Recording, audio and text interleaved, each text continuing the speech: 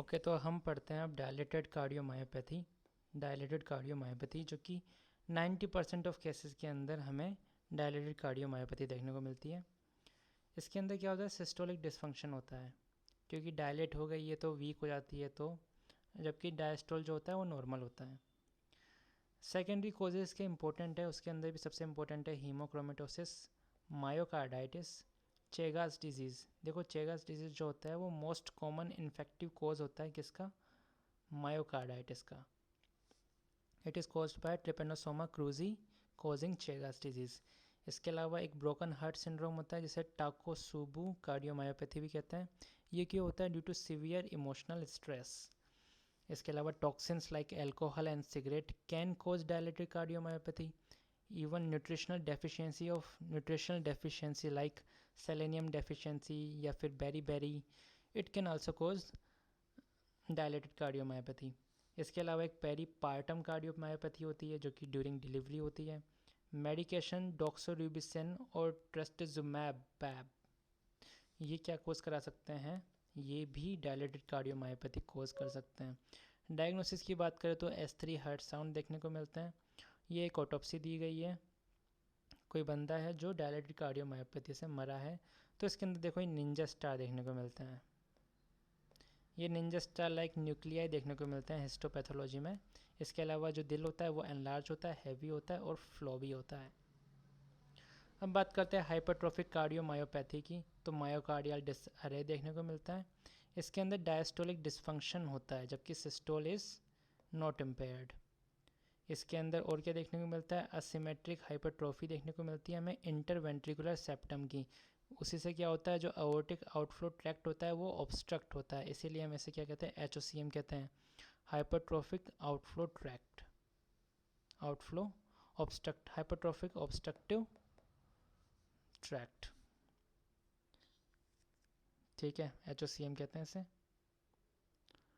Hypertrophic obstructive cardiomyopathy. Most cases are familial, मतलब यहाँ पे फैमिली हिस्ट्री होती है। Most common mutation in hypertrophic cardiomyopathy are those affecting the myosin heavy chains.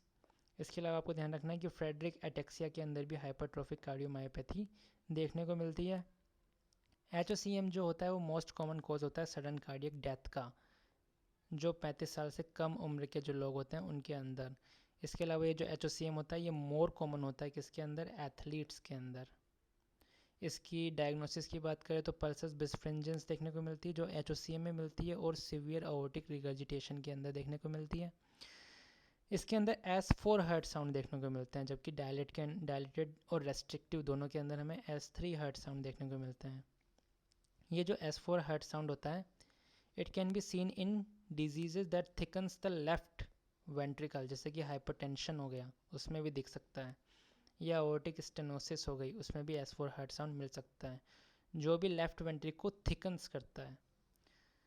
Systolic murmur देखने को मिलता है, क्रिसेंडो डिक्रिसेंडो इजेक्शन मर्मर देखने को मिलता है। जब पेशेंट स्क्वाट्स करता है तो ये मर्मर क्या है, लेस इंटेंस हो जाता है, और जब पेशेंट अपराइट खड़ा होता है तो इसकी इंटेंसिटी भी बढ़ जाती है, और इसे क्या वो वाल्सल्वा मैन्यूवर कराते हैं तब भी इसकी इंटेंसिटी बढ़ जाती है।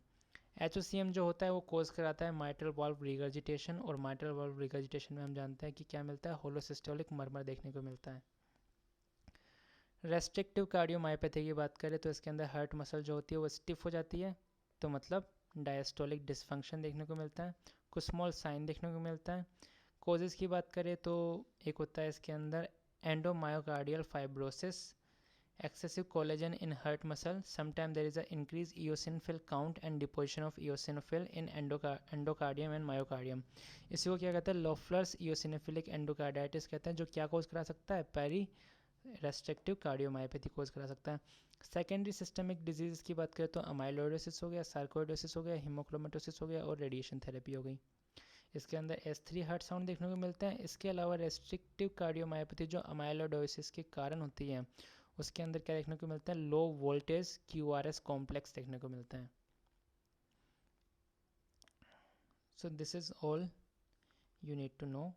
एक देखो इस तरीके से इकोकार्डियोग्राफिक इवेल्यूएशन करें तो डायलेटेड के अंदर जो थिक वॉल होती है वो कम हो जाती है, जबकि हाइपरट्रोफिक में बढ़ जाती है और रेस्ट्रिक्टिव में नॉर्मल होती है।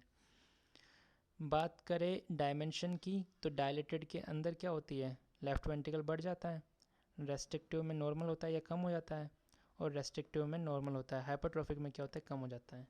So this is all you need to know about the कार्डियोमायोपैथीज़।